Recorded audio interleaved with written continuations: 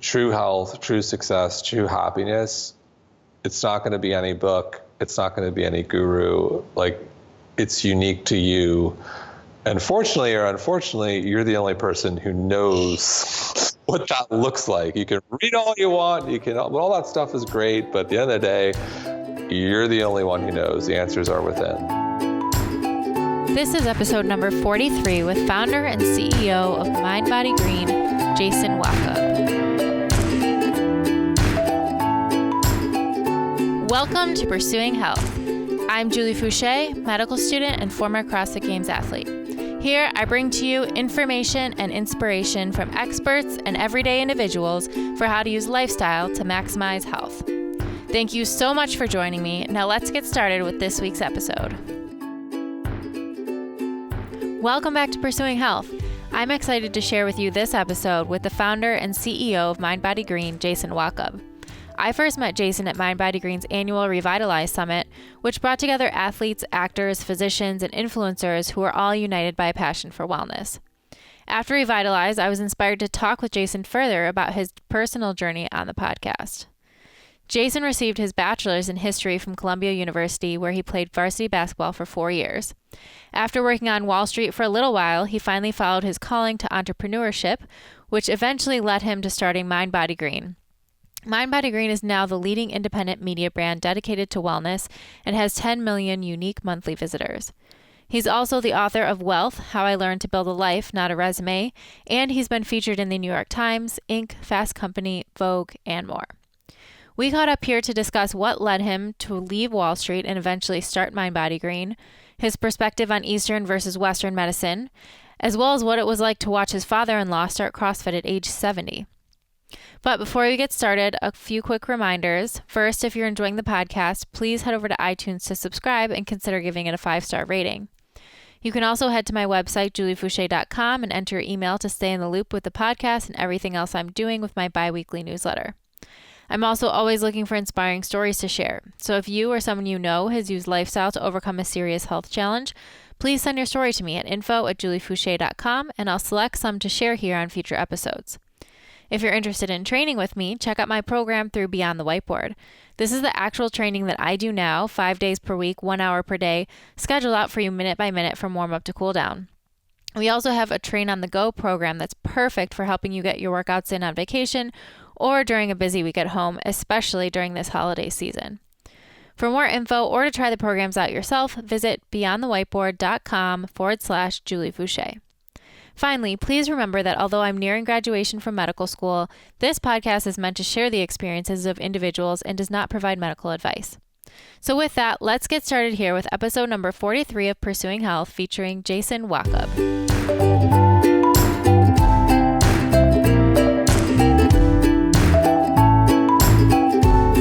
Welcome to Pursuing Health. I'm here with Jason Wachob of mindbodygreen, and I'm very excited to have you on the podcast today, so thank you.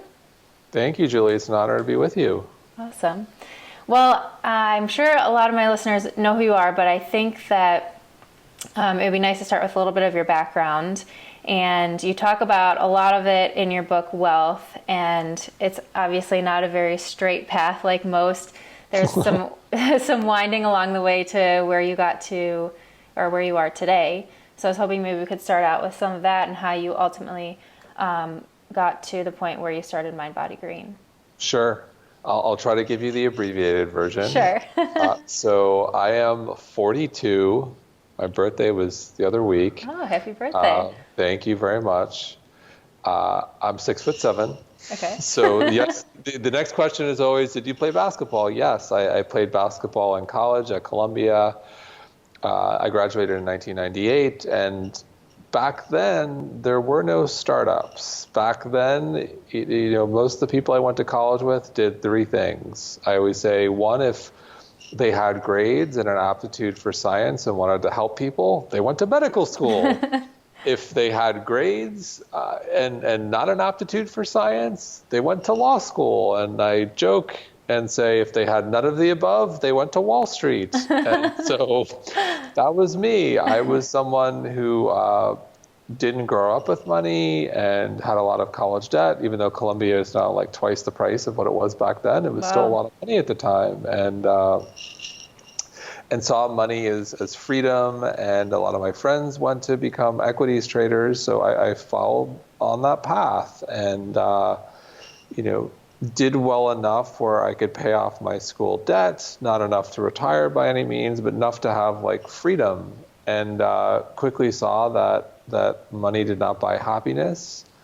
And shortly after 9/11, this is 2001, I was a couple blocks away from when that happened and was really affected by that event, like a lot of New Yorkers at the time, and started to have one foot out the door. And that led me to the entrepreneurial path. And I was involved in 3 different startups, starting in healthcare and finishing with an organic chocolate chip cookie company. That was actually in every Whole Foods market in the country. And the first 2 didn't work, and the third one, the cookie company, ended up not working. But it was through that cookie company I started to fly a lot. I flew almost 150,000 miles domestic in a year. Wow. So 6'7", coach seats. Just imagine what that looks like. And so flying, form of compression, seating's not ideal, stress, that the company was not doing well, and an old basketball injury led to 2 extruded discs in my lower back, L4, L5, S1, that famous combo so many people struggle with. And I had excruciating sciatica. My right leg was like a lightning rod. I could not walk. It was awful. And I went to see a doctor and did an MRI, X-ray, the whole thing. And he said, you need back surgery, non-negotiable. And I have nothing against surgery, but tend to see it as a last resort. And the success rates with back surgery actually aren't that great. So I sought a second opinion.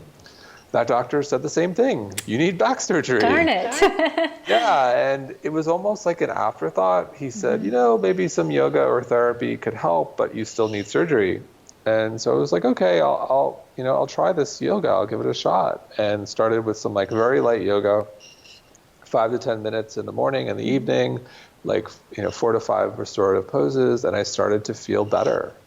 And it opened a can of worms for me. I started to look at things like sleep and stress and nutrition. I was a guy who, have always been fit as an athlete, but my idea of nutrition back then was like eating steak every day with martinis. And I ate so much steak. In 1 year, when I was 27, my face is on the wall of the Palm Steakhouse in Midtown Manhattan. Wow. Like, that's insane. It's me next to Adam Sandler. It's a lot of steak. It is. And I still eat meat, but now I make sure it's grass-fed and I don't eat as much and I eat more vegetables. So, made changes like that. Started to look at sleep and stress, and yoga became a big part of my life, and looking at relationships and the environment, and made a lot of changes in my life. And I completely healed over the course of 6 months. Yoga obviously played a large role in that, but it was everything. And I said, holy cow, like everyone's got wellness wrong. It's this blend of mental, physical, spiritual, emotional, and environmental well-being. Like no one's really talking about this, and all these things are interconnected. Mind, body, green, one word. And that's how the idea for the website started. And, the idea in a lot of ways for, even though it took years later to write the book WELLTH, but this idea about redefining what success looks like, which I think a lot of people are searching for. So that's how it all started. That was 2009. Wow. So I've been at this for a while. Yeah. Wow. And when you first started Mind, Body, Green, what did you imagine would be the role or the purpose of it? And then how has it evolved today? Sure.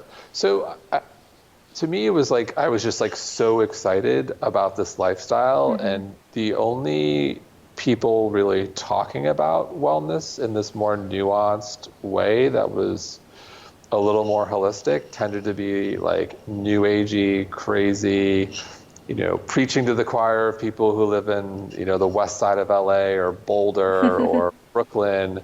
And I wasn't interested in preaching to the choir. I wanted to build a bigger church.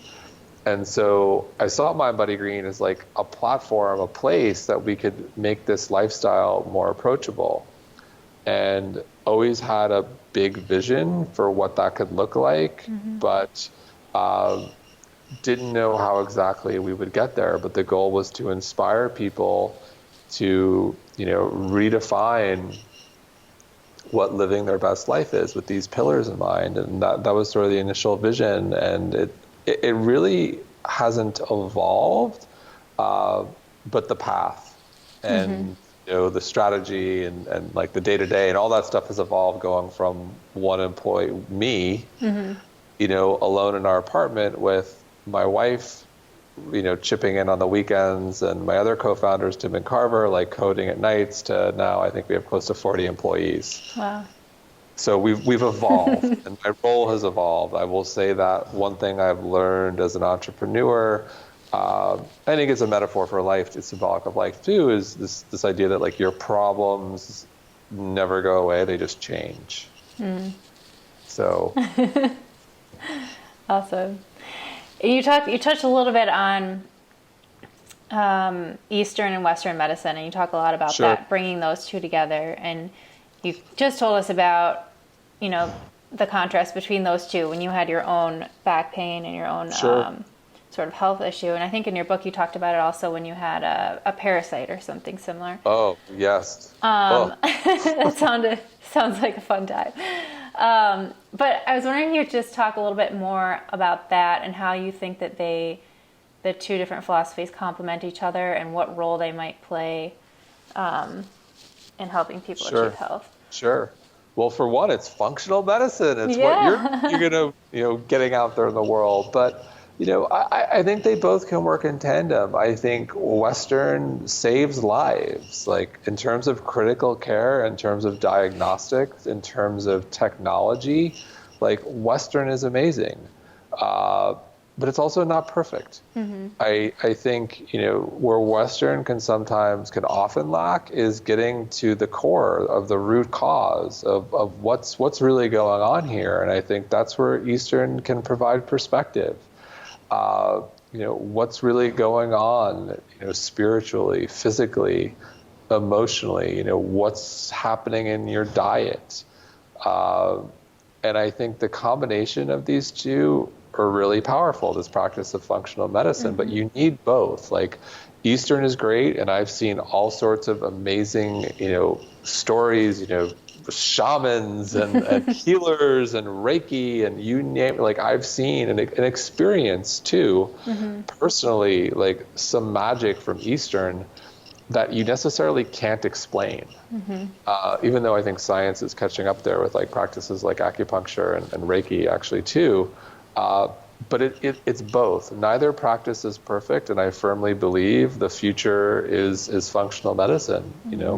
But what you're preaching and practicing. Right, exactly. That's I think something that maybe a lot of people thought intuitively, in the way that functional medicine just creates sort of an operating system to think about both, is what attracted me to it in the first place, at least. Yeah, it's like sometimes you need a pill, sometimes you need spinach. Right. Sometimes you need surgery, sometimes you just need to, learn how to deal with stress a little better. So it's a blend of both. Right. And how so much of what we can do for our health is what we as individuals can do and is not related to medicine or surgery or procedures or pills. And obviously that information is everywhere now, and we have the internet, and there's so much information about, what's the best way to eat or what's the best, meditation practice. Sure. How do you think that people find that information, and then how do you think that they can sort through it and try to figure out what's the best way for them? Sure. That's the challenge. I think a couple of things. One, I think in this age of information, it's phenomenal, but I also think there can be information overload. And, I think a lot of people have had those moments, myself included, where something's wrong and you start Googling, and next thing you know, it's like, oh my God, like I need to go to the emergency room, right. Like I'm going to die. And I think that's the challenge of living in the information age. I do think what I try to do is listen to my body and tune into what feels good and be open to change. I think we as people evolve and are all different. You know, I'm 6'7", I'm 42, I'm 220 pounds. Like, I'm probably, what works for me is probably going to be entirely different than what works for, you know, a 20-year-old CrossFit athlete, you know, a 5'2" female CrossFit athlete, you know, who's in the best shape of her life. Like, we're just built differently. And so I think there are universal truths. I think that we can all agree that sugar is you know, terrible and should generally be avoided. And, you know, and a lot of people, you know, don't do well on gluten. And then I think, you know, starting with vegetables and going from there, but it's listening to what feels good. And I think it's this idea of, you know, connection, and where Eastern practices can help is like really listening to your body and saying, like, I enjoy this, like, this feels good. You know, I personally, like, I hate running. Like, the last time I ran was the last game I played in 1998. Like, so why would I run? Like, I just don't enjoy it. So I think it's this idea of really listening to your body and tuning in and doing what feels right with regards to diet, you know, with regards to how we work out, and figuring out, you know, I always say, like, the best exercise you do is the one you actually do. Exactly. Awesome. And I love how you two are so big on bringing together a lot of different ideas. And I think people can get so polarized, especially like the obvious one that we talk about is vegan and paleo. And there's all these different communities that really at the end of the day have the same mission, is to make people healthier. They just maybe have different approaches. And we change. Right. And change. You get sick of stuff. Absolutely. And once you sit down and hash it out, you realize that there's actually a lot more in common that we can agree on than is different. And like you said, obviously there's different stages of your life, different types of people who are going to do better with different things. And probably the best is really to experiment on yourself and figure out, like you said, what feels best for your body and what makes you perform at your best or feel at your best. Yeah, like if I look at the history of me in terms of what I've done to work out and nutrition, it's constantly evolved. It looked way different in my 20s and my 30s, and now in my 40s. Like, there's certain staples that I think feel good, and certain staples like running, which have never felt good. But like, who knows? Maybe I'll wake up someday and say I want to run. But like, we evolve. Right. And I think it's important to not be too rigid and be open to change, you know, with regards to diet, with regards to everything. I think it's just a good philosophy on life. Sure. And just to be balanced, like you say too, you know, having something that isn't necessarily the healthiest, but it makes you feel good or brings you pleasure is probably not the end of the world.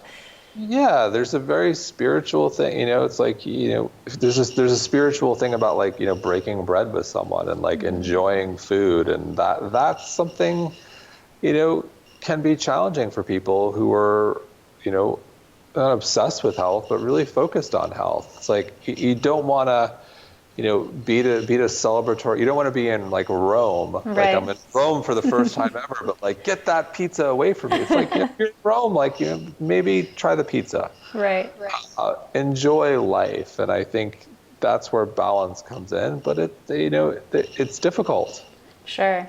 And you have to think too about how much, if you're trying to be so rigid all the time, how much extra stress that creates in your body, or how much it prevents you from developing relationships that might be healing too. So there's so many different factors besides just the food you're eating or the exercise that you're doing.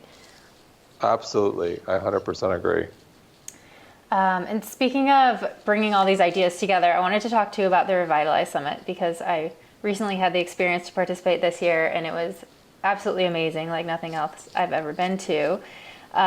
So maybe you could talk a little bit about how that was born and the idea behind it. Sure. Awesome. Well, I'm so glad you were there and had a great time. It's music to my ears. So Revitalize started back in 2014. And, you know, what is so personally fulfilling about Mind Body Green is our community. Community started back in 2010 I'm blogging. I'm doing every blog post myself on mindbodygreen, and I was smart enough to know I didn't know everything, and started reaching out to people in the New York City wellness community, people who were at Revitalize, like Tara Stiles, like Dr. Frank Lippman, and those people I started to interview. I got to know. I would meet more of them, and somewhere along the way, a couple of them said, "Do you accept guest blogs?" And I said, "Fantastic! That sounds like a great idea." Yes, please. And then they started blogging for us, and that led to the beginning of the mindbodygreen community, which is in our DNA, and we have over 5,000 contributors around the world who write for us. And what's so special about that is the relationships we have are real. They're authentic. Like if you're ever in New York, you come through our office, like there are people coming through here every day, and there's a range. So there are, your everyday wellness enthusiasts to best-selling authors, professional athletes, like legit celebrities. But it's this amazing blend of people, and it's just really special. And we've gotten to know so many of these people personally. We've seen weddings, divorces, babies, all that stuff. And it's just amazing. And, in 2014, I thought and I have to go to a lot of events, and I generally don't like them. And I thought our community is so special. I'd love to bring some of these diverse people together where, maybe it's bringing together a doctor and an actor, and they never would have met in the real world, but they share this passion for wellness. That's special. And so we decided to create Revitalize, and it's an annual event, and we decided right off the bat to make it invite only. So we buy out the entire resort. So this year we did it at the Ritz-Carlton Dove Mountain in Arizona. We bought out the whole thing, and we literally invite everyone personally, which you experience firsthand. So everyone there, we know, Colleen and I know, and and everyone's great. So, and we get that great mix of people. We've got musicians, we've got athletes and actors, and they share this common passion. And to us, that's special. That's where the magic happens. And the event is, bringing the community together and creating awesome experiences. We have a juice bar, we have gluten-free beer. You said that you did a meditation training this year. Mm-hmm. We do hikes, we do yoga, which is amazing. And then we take over the whole menu, as you saw. This is amazing, yes. We rip apart the menu. It's all mindbodygreen approved. And then we do amazing content. So we bring in a stage and a crew, and we do TED-style talks and interviews. We did a great interview with you, and we live streamed that content to the world, and we had over 1 million people watch this year. Wow. So it's a way to broadcast that to the world, and that's how. And this was our third one. So we started in 2014. It's a annual event, and it's one of the most special things we do. It's a way to really catalyze their community through transformative experiences and content, and hopefully leaves people inspired. Yes, well, I definitely left inspired, that's for sure. Awesome. And I have to just compare it to just the experience to what happens in a CrossFit affiliate, because obviously that's where I spend a lot of my time. Sure. But it was so interesting to me to see, because I think one of the unique things about a CrossFit affiliate is you have people from all different walks of life who maybe wouldn't necessarily interact, or at least not on a deep level. And then suddenly they're sweating together, they're in a really vulnerable situation where maybe they're, struggling to finish the workout or learning a new skill, and they have someone cheering them on. It really breaks down barriers. And I felt similar. It was obviously a different experience, but I felt similar things going on at Revitalize, where you didn't have any barriers in talking to everyone. Everyone was very comfortable around each other. You could come up and talk to anyone about anything. And it was a place where people, I feel like, could really be themselves and not worry about anything else.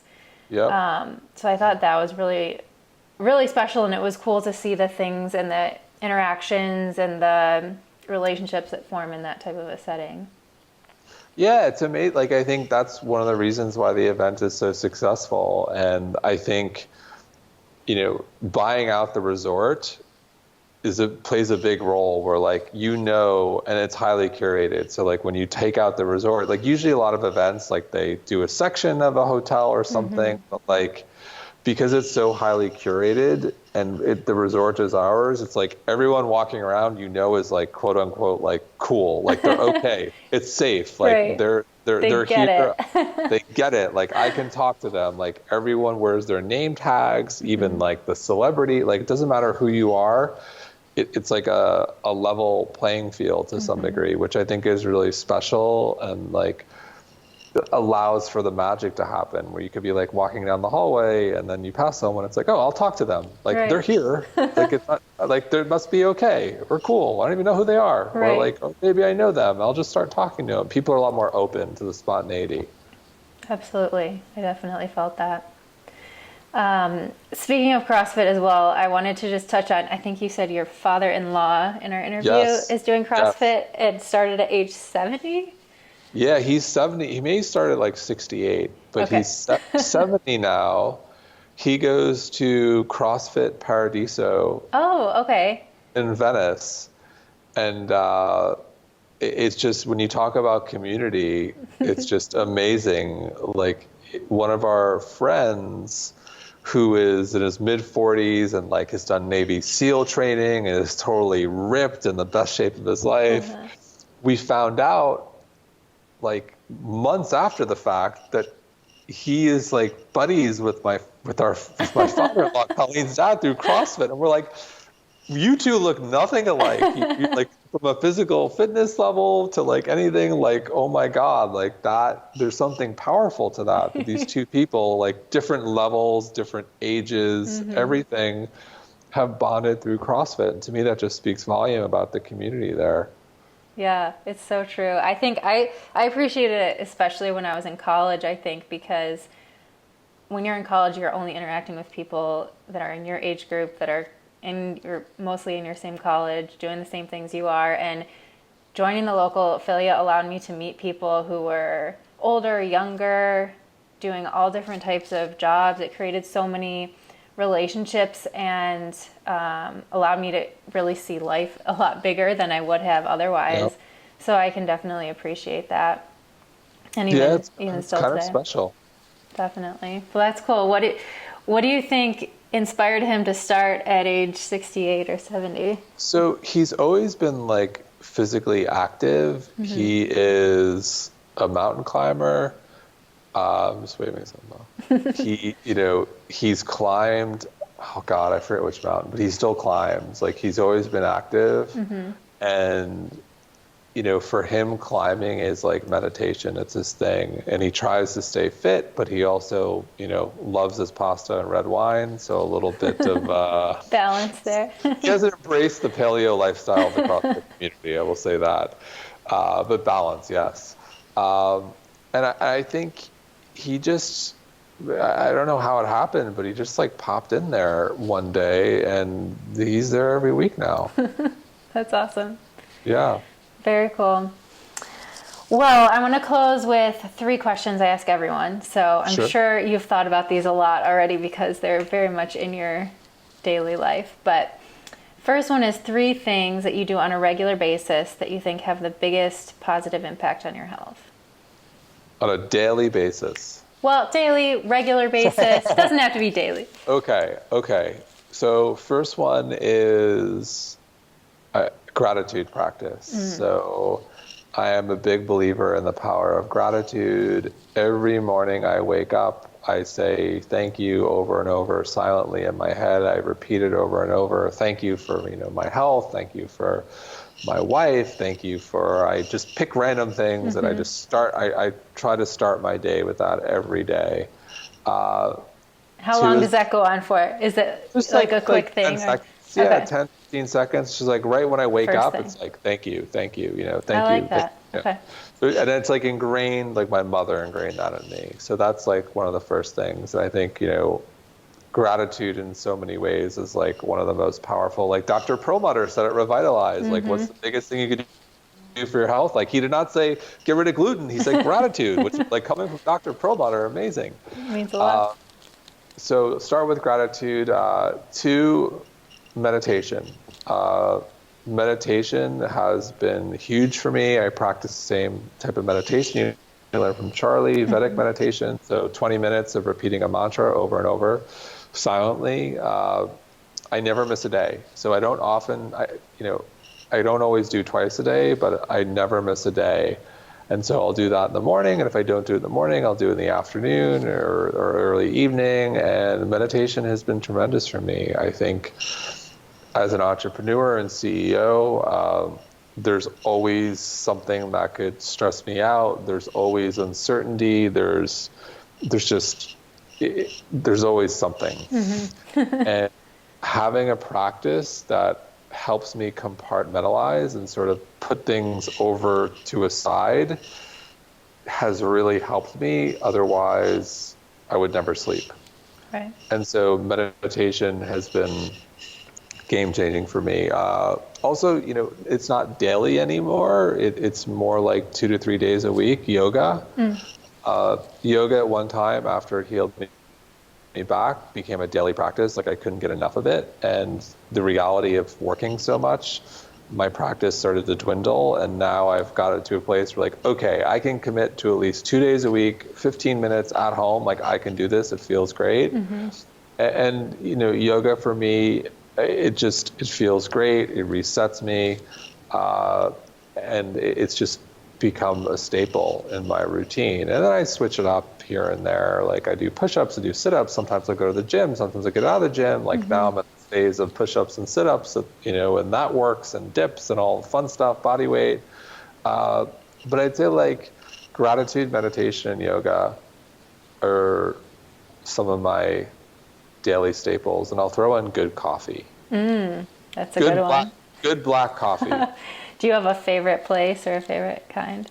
I love Brooklyn Roasting Company, which is here in Brooklyn, and we live and work within a 4-block radius, and the Brooklyn Roasting Company is right there, and they like roast the beans right there. So you walk in and you can smell it. It's phenomenal. Amazing.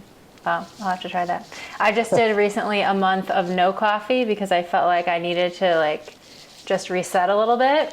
Yep. But now I'm back to it and I'm so happy. I love it. I love the taste of coffee.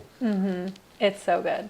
So good. Yeah. I wanted to ask you about the meditation because I think that's something that you have to start the practice and do it and be committed to it for a little while before you really start to feel the benefits. Sure. And I think a lot of people get discouraged early on, or they start and stop and maybe don't really commit. So I'm interested in was there something that made you say, I'm going to commit to doing this twice a day for 20 minutes? Or when did you get to that point? I just felt, a big, what happened for me actually happened at Revitalize in 2014. Dan Harris from ABC News spoke about meditation. He's got a great book, 10% Happier. And he spoke, and the book is phenomenal, and he spoke about meditation, and I felt like, it's Mind Body Green, and I've been doing such a good job with the body green, but the mind, I was like, I'm not really meditating. And after hearing him talk at Revitalize, I was like, you know what, I need to start, getting a practice here. Before it was sporadic, it was here and there. And so I definitely said, I want to do this, and I want to commit to it and see what happens. And I think with anything, it's like commit to it, give it space, whether that's like 3 weeks or 3 months, make sure you see it through, and then decide like, okay, I like this, I don't like this. And I happen to like it, and it works for me, and I feel great. So I'm in.